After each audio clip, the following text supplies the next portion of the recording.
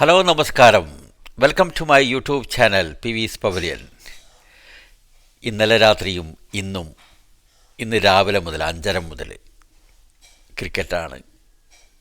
വളരെ എക്സൈറ്റിംഗ് ആയിട്ടുള്ള ഒരു ഓവർനൈറ്റ് ആണ് കഴിഞ്ഞു പോയത്. ആഷസ് സീരീസിലെ 4ാമത്തെ ടെസ്റ്റ് അതിൻ്റെ 2ാമത്തെ ദിവസമായിരുന്നു. ദി ബോക്സിംഗ് ഡേ ടെസ്റ്റിൻ്റെ 2ാമത്തെ ദിവസമായ ഇന്ന് കളി വളരെ ഭംഗിയായിട്ട് അവസാനിച്ചിരിക്കുകയാണ്. Now they can rest for 3 days. Remaining 3 days രണ്ട് ടീമിനും പോയി റെസ്റ്റ് ചെയ്യാം. England win. യാ 4ാം ടെസ്റ്റ് മാച്ച് 3 ടെസ്റ്റുകളും പരാജയപ്പെട്ട് ടെസ്റ്റ് പരമ്പര ഓസ്ട്രേലിയയ്ക്ക് അടിയറ വെച്ച് 4ാം ടെസ്റ്റിൽ there was a twist in the test. 4 വിക്കറ്റുകൾക്ക് ഇംഗ്ലണ്ട് വിജയിച്ചിരിക്കുകയാണ്. Well done team England. बहुत ही अच्छा मैच का रिजल्ट आ गया. ഓക്കെ. ട്രിവാൻഡ്രത്ത് ഇന്നലെ രാത്രി നടന്ന മറ്റൊരു മാച്ചിൽ T20 മാച്ചിൽ ഇന്ത്യൻ വിമൻസ് ശ്രീലങ്കൻ വിമൻസിനെ വീണ്ടും പരാജയപ്പെടുത്തിയിരിക്കുകയാണ്. 8 വിക്കറ്റിനാണ് ഇത്തവണ ഇന്ത്യ ജയിച്ചത്. ഹർമൻപ്രീത് കൗർ നയിക്കുന്ന ഇന്ത്യയുടെ ജയം ഉണ്ടായത് 15ാമത്തെ ഓവറിലാണ്. ഈ ജയത്തിന് ശേഷം ഏറ്റവും കൂടുതൽ T20 മാച്ച് ജയിക്കുന്ന വിമൻസ് ക്യാപ്റ്റനായി ഹർമൻപ്രീത് കൗർ നമ്മുടെ ചാമ്പ്യൻ ക്യാപ്റ്റൻ മാറിയിരിക്കുകയാണ്. All the very best for team women's India and Harmanpreet Kaur. രണ്ടും കഥകൾ നമുക്ക് പറയും. ആദ്യം നമ്മുടെ ഇന്ത്യൻ ടീമിൻ്റെ വിമൻസ് ടീമിൻ്റെ വിജയത്തെക്കുറിച്ച് നമുക്ക് സംസാരിക്കാം. ഞാൻ ആഗ്രഹിച്ച പോലെ അല്ല ടീമിൻ്റെ ചെയ്ത്. ഇന്ത്യൻ ക്യാപ്റ്റൻ ടോസ് ജയിച്ചിട്ട് അവരെ ബാറ്റിങ്ങിന് അയച്ചു. അപ്പോൾ 3 ടെസ്റ്റും കണ്ടിന്യൂസ് 3 2020 മാച്ചും കണ്ടിന്യൂസ് ജയിച്ച് പരമ്പര സ്വന്തമാക്കാം എന്നായിരിക്കും ആ ഒരു ചിന്തയുടെ പുറകിലുണ്ടായിരുന്നത്.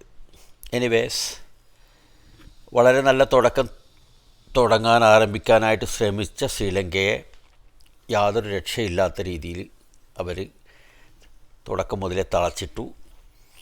ശ്രീലങ്കയ്ക്ക് ഉണ്ടാക്കാൻ പറ്റിയത് എത്ര റണ്ണാണെന്ന് ചോദിച്ചാൽ വളരെ മോശമായിട്ടുള്ള ഒരു പ്രകടനം കാഴ്ചവെച്ചത് കൊണ്ട് they could manage only 112 runs. 7 wicket നഷ്ടത്തിൽ 112 റൺസ് മാത്രമേ ഉണ്ടാക്കാൻ പറ്റുള്ളൂ. ഹസിനി പെരേര അവരുടെ ഓപ്പണർ അത്യാവശ്യം നന്നായിട്ട് കളിച്ചു, 25 runs. Imesha Dulari 27 runs. Kavisha Dilhari 20 runs. Kaushani 19 runs. ഇതായിരുന്നു അവരുടെ ഒരു കോൺട്രിബ്യൂഷൻസ് എന്ന് പറഞ്ഞാൽ. 112 റൺസിന് ഇത്രയൊക്കെയല്ലേ പറ്റുള്ളൂ. ബട്ട് അവർക്ക് പറ്റിയതെന്ന് പറഞ്ഞാൽ ഇന്ത്യൻ ബൗളർമാരുടെ മാരകമായ പ്രകടനം തന്നെയായിരുന്നു. Indian fast bowler Renuka Singh Thakur, Himachal പ്രദേശിലെ കളിക്കാരിയാണ്. നല്ലൊരു ട്രൈ ചെയ്യുന്ന, എപ്പോഴും ഒരുപാട് വെറൈറ്റിയിൽ ബോൾ എറിയുന്ന രേണുക 4 വിക്കറ്റാണ് എടുത്തിരിക്കുന്നത്. രേണുക തന്നെയാണ് പ്ലെയർ ഓഫ് ദി മാച്ചായിട്ട് തിരഞ്ഞെടുക്കപ്പെട്ടത്. 5 വിക്കറ്റ്സിന് എന്തുകൊണ്ട് പോയില്ലെന്ന് പറഞ്ഞപ്പോൾ അവൾ പറഞ്ഞാണ്, മുझे 4 विकेट से ज़्यादा मिलता ही नहीं. ഹിന്ദിയിലാണ് പറഞ്ഞത്. हरदम 4 विकेट ही मिलता है. 5वां विकेट के लिए मेरे को कोशिश करना पड़ेगा. അപ്പോൾ 5ാമത്തെ വിക്കറ്റിന് വേണ്ടി ഇനിയും ഹാർഡ് വർക്ക് ചെയ്യേണ്ടി വരും എന്നുള്ള ഒരു ധ്വനിയിലാണ് അവർ സംസാരിച്ചത്. പ്ലെയർ ഓഫ് ദി മാച്ചായ രേണുകയ്ക്ക് കൺഗ്രാജുലേഷൻസ്. റിമൈനിങ് 3 വിക്കറ്റ്സ് നമ്മുടെ ചാമ്പ്യൻ ബോളറായ spinner Deepti Sharma 3 for 18 runs. വേറെ ആർക്കും വിക്കറ്റൊന്നും കിട്ടിയില്ല. പിന്നെ വിക്കറ്റില്ല, അപ്പോഴത്തേക്കിന് ഓവർ തീർന്നു. സോ മറുപടി ബാറ്റിങ്ങിന് ഇറങ്ങിയ ഇന്ത്യ വളരെ നല്ല രീതിയിൽ തന്നെയാണ് കളിച്ചത്. ഫസ്റ്റ് 3 ബോൾ ഡോട്ട് ബോളായിട്ട് കളിച്ച് ഷെഫാലി വർമ്മ നമ്മുടെ ഓപ്പണർ, ലെഫ്റ്റ് ഹാൻഡർ. 4ാമത്തെ ബോൾ ഔട്ട് 6 അടിച്ചു. Good, very good. 115 റൺസ് എടുത്ത് 2 വിക്കറ്റ് നഷ്ടത്തിൽ 14ാമത്തെ ഓവർ, 15 അല്ല 14ാമത്തെ ഓവറിൽ ഇന്ത്യ കളി തീർത്തു. 13.2 to be precise. Smriti Mandhana champion പ്ലെയറാണ്, അവർക്കൊന്നും ചെയ്യാൻ കഴിഞ്ഞില്ല. എന്ത് ടെൻഷനാണെന്ന് മനസ്സിലായില്ല. No problem. ജമീമയും കാര്യമായിട്ടൊന്നും കോൺട്രിബ്യൂട്ട് ചെയ്തില്ല. ഹർമൻപ്രീത് കൗർ ഒരു 21 റൺസിൻ്റെ കോൺട്രിബ്യൂഷൻ നൽകി. ഹർമൻപ്രീത് അത്ര അടിക്കണ്ടായിരുന്നു എന്ന് എനിക്ക് തോന്നി. ചിലപ്പോൾ ഷെഫാലി വർമ്മയ്ക്ക് സെഞ്ചുറി അടിക്കാനാകുമായിരുന്നു. എനിവേസ് 79 റൺസ് ഔട്ട് ഓഫ് 42 ബോൾസിൽ നിന്ന് 79 റൺസ് എത്തി ഷെഫാലി വർമ്മ ഒരു ചാമ്പ്യൻ ഇന്നിങ്സാണ് കാഴ്ചവെച്ചത്. 3 6 അടിച്ചിട്ടുണ്ട്, 11 4 അടിച്ചിട്ടുണ്ട്. It was a very powerful innings from Shafali Verma. ഇനി 2 മാച്ചുകളൂടെ ഉണ്ട്. ശ്രീലങ്ക തിരിച്ചടിക്കുമോ എന്ന് നമുക്ക് നോക്കാം. മാച്ച് 2 റിമൈനിങ് മാച്ചസും ട്രിവാൻഡ്രത്ത് തന്നെയാണ് നടക്കുന്നത്. നല്ല തിരക്കായിരുന്നു, ഒരുപാട് ആളുകൾ പോയി മാച്ച് കണ്ടു. സന്തോഷം.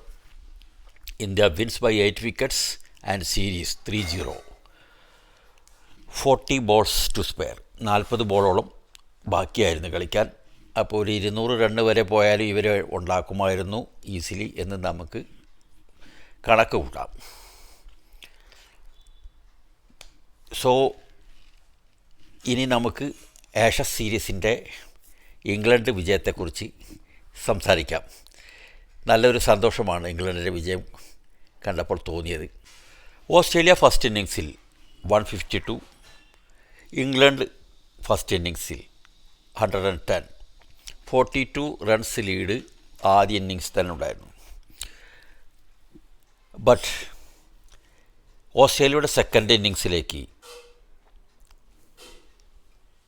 നമ്മുടെ ഇംഗ്ലണ്ടിൻ്റെ ടീം കുതിച്ചു കയറുകയാണ് ഉണ്ടായത്.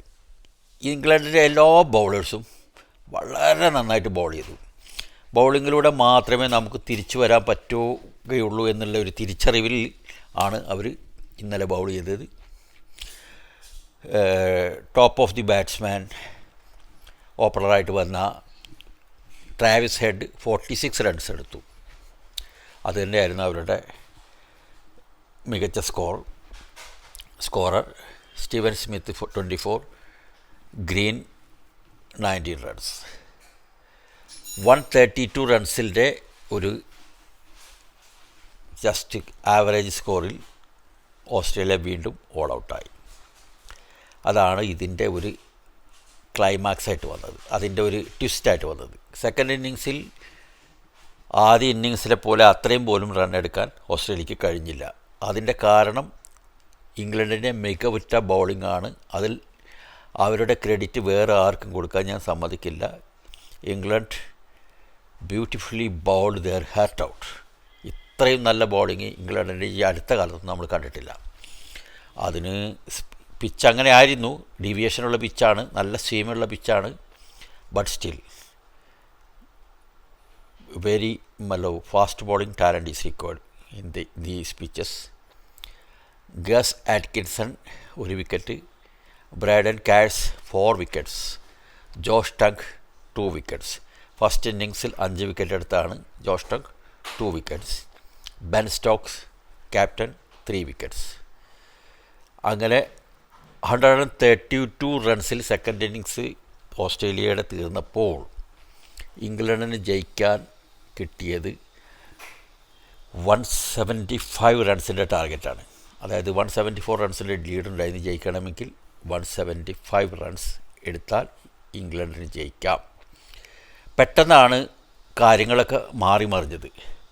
175 വരെയൊക്കെ എടുക്കാൻ പറ്റുമോ? ഓസ്ട്രേലിയയുടെ ഘാതക ബൗളിങ്ങിൽ അത്രയും ഇത് സാധ്യമാണോ എന്നുള്ള ഒരു ക്വസ്റ്റ്യൻ അവിടെ ഉണ്ടായിരുന്നു. ആ ഒരു സിറ്റുവേഷനിൽ ഞാനിതൊരു 50-50 ഗെയിംസ് ആയിട്ടേ കണ്ടിട്ടുള്ളൂ. because I know it is not easy to score runs in this pitch against the exciting bowling of Australia. But Australian ബൗളിങ്ങിൽ ഇന്ന് അത്ര ഫയർ നമുക്ക് കണ്ടില്ല. എന്നാലും കുഴപ്പമില്ലായിരുന്നു, എബോവ് ആവറേജ് തന്നെയായിരുന്നു. പക്ഷേ ഓസ്ട്രേലിയക്ക് ജയിച്ച് മടുത്തോ എന്ന് തോന്നിയ പോലെ. എനിവേസ്, ഇംഗ്ലണ്ടിൻ്റെ നല്ല മികച്ച ബോളിങ്ങിൽ ഓസ്ട്രേലിയ 113 ഓൾ ഔട്ടായി 175 റൺസിൻ്റെ ടാർഗറ്റ് ഇംഗ്ലണ്ടിന് കിട്ടി. ഇംഗ്ലണ്ട് വളരെ ഭംഗിയായിട്ടാണ് തുടങ്ങിയത്. ബ്രൈഡൻ കേഴ്സ് ഓപ്പണറായിട്ട് വന്നിരുന്നു. അവരത് വിക്കറ്റ് പോണ്ട, ഇന്നലെ വൈകിട്ട് വിക്കറ്റ് പോണ്ട എന്നുള്ള രീതിയിൽ അങ്ങനെ കൊണ്ടുവന്നാണ്. ഒരു നൈറ്റ് ബാറ്റ്സ്മാൻ സ്റ്റൈലിലാണ് വന്നത്. എനിവേ, അവരൊക്കെ പെട്ടെന്ന് ഔട്ടായിപ്പോയി. ഒരു 6 അടിച്ചിട്ടാണ് പോയത്, ഒരു 6 റൺസിൽ. Jack Crawley, the other opener, made valiant 37 runs. Ben Duckett 34 runs.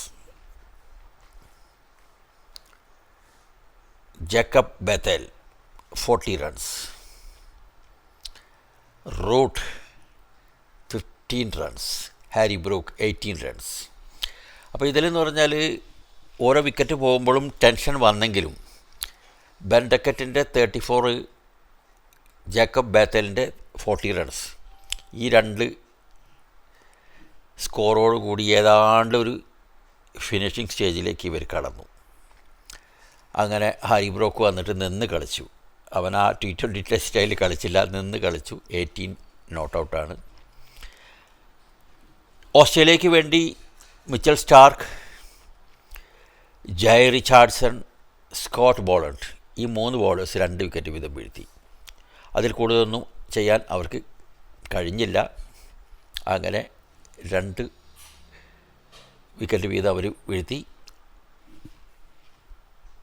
4 വിക്കറ്റിന് ഇംഗ്ലണ്ട് തീരത്തണഞ്ഞു.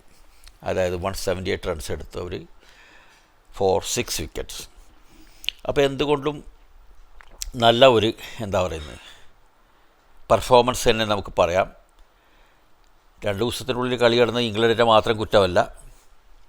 ഓസ്ട്രേലിയ ബാറ്റിംഗ് വളരെ പൂർലിയാണ് ചെയ്തത്. ഇംഗ്ലണ്ടും ഭേദപ്പെട്ട രീതിയിൽ ചെയ്തില്ല. ടാർഗറ്റ് കുറഞ്ഞതുകൊണ്ടും പിന്നെ അവർ ആക്രമിച്ച് കളിച്ചതുകൊണ്ടും മാത്രം ഈ ലക്ഷ്യം നേടാനായി. നേരെ മറിച്ച് അവിടെ നിന്ന് ആപ്ലിക്കേഷൻ കൊടുത്തിട്ട് പതിയെ കളിച്ചിരുന്നെങ്കിൽ അവർ ഓരോരുത്തരായി ഔട്ടായി പോകുന്ന കാഴ്ച കഴിഞ്ഞ ടെസ്റ്റുകളിലെ പോലെ നമുക്ക് കാണേണ്ടി വരുമായിരുന്നു. ഇത്തവണ this time around they batted beautifully. ഔട്ടാണെങ്കിൽ ഔട്ടാവട്ടെ, but we should try for a win എന്നുള്ള രീതിയിൽ തന്നെ അവർ കളിച്ചു. അങ്ങനെ വിജയം നേടി. പ്ലെയർ ഓഫ് ദി മാച്ചായിട്ട് ജോഷ് ടാങ്ക് ഫസ്റ്റ് ഇന്നിങ്സിൽ 5 വിക്കറ്റ് വീഴ്ത്തി. രണ്ടാമത്തെ ഇന്നിങ്സിൽ 2 വിക്കറ്റ് വീഴ്ത്തി. ഓസ്ട്രേലിയയുടെ 7 വിക്കറ്റ്സ് എടുത്തുകൊണ്ട് ഇംഗ്ലണ്ടിൻ്റെ fast bowler Josh Tongue player of the match ആയിരിക്കുകയാണ്. 18 മാച്ച് വിൻലെസ് സ്ട്രീക്കാണ് ഇംഗ്ലണ്ടിൻ്റെ ഇവിടെ തീർന്നിരിക്കുന്നത്. Last 18 matches they were continuously getting defeated in Australia. So boxing test ജയിക്കുക എന്ന് പറഞ്ഞാൽ ചില്ലറ കാര്യമല്ല. All the congratulations to team England. Okay, so what is next? Nothing. ഇഷ്ടംപോലെ ക്രിക്കറ്റ് മാച്ചുകൾ ഇതുവരെ ജനുവരിയിൽ ഇഷ്ടംപോലെ മാച്ചാണ്. അണ്ടർ 19 വേൾഡ് കപ്പ് വരുന്നുണ്ട്. ഓക്കെ, എല്ലാ വലിയ കൺട്രികളും 4 ഗ്രൂപ്പിലായിട്ട് കളിക്കുന്നുണ്ട്. Then 2 matches left behind in the women's T20. New Zealand tour ODI series first വരും ജനുവരി. ദെൻ T20 മാച്ചസിൻ്റെ ഒരു 5 മാച്ച് കാണും. പിന്നെ ഫെബ്രുവരിയിൽ T20 വേൾഡ് കപ്പ് തുടങ്ങുകയാണ്. അതിനുശേഷം പിന്നെ IPL ആയി. ഞാൻ പറഞ്ഞില്ലേ, അടുത്ത 6 മാസം we all are to BC. Okay, video ഇഷ്ടപ്പെട്ടെങ്കിൽ തീർച്ചയായിട്ടും ലൈക്ക് ചെയ്യുക, സബ്സ്ക്രൈബ് ചെയ്യുക. and share it if you want to share it. Thank you. Bye bye.